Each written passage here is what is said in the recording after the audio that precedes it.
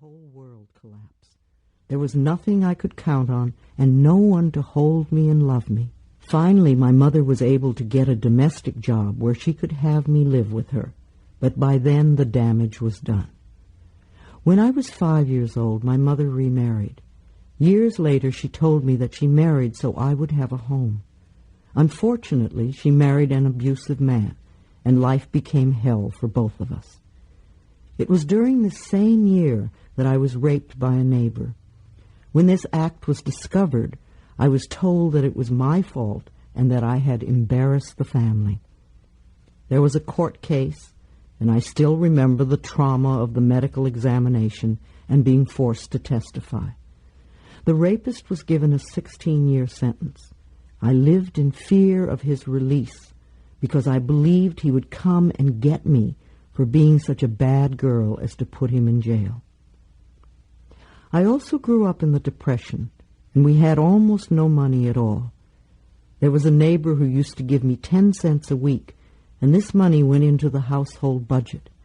In those days, you could buy a loaf of bread or a box of oatmeal for 10 cents. And on my birthday and Christmas, she would give me the enormous sum of $1, and my mother would go to Woolworth's and buy my underwear and socks for the year. My clothes came from the Goodwill, and I had to go to school in clothes that did not fit me. My childhood was one of physical abuse, hard labor, poverty, and ridicule at school. I was made to eat raw garlic every day so I would not get worms. I did not get worms, but I did not get any friends either. I was the girl who smelled and dressed funny. I now understand that my mother could not protect me then because she could not protect herself. She had also been raised to believe that women accepted whatever men dished out.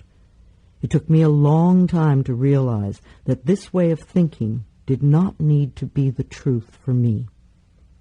As a child, I repeatedly heard that I was stupid, worthless, and ugly, somebody else's no-good brat that had to be fed.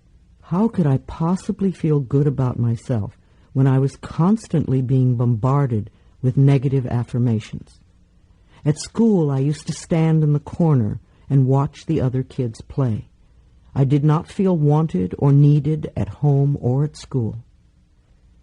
When I entered my early teens, my stepfather decided that he would not beat me so much. Instead, he would start going to bed with me. And this began a new cycle of horror that lasted until I left home when I was just 15. At that point, I was so starved for love and had such low self-esteem that if some young man put his arms around me, I would go to bed with him. I had no self-worth, so how could I have morals? When I had just turned sweet 16, I had a baby girl. I only knew her for 5 days until I handed her over to her new parents. Looking back at that experience, I now realize that the baby needed to find her way to those particular parents, and I was the vehicle to get her there. With my lack of self-esteem and my negative beliefs about myself, I needed the experience of shame. It all fit together.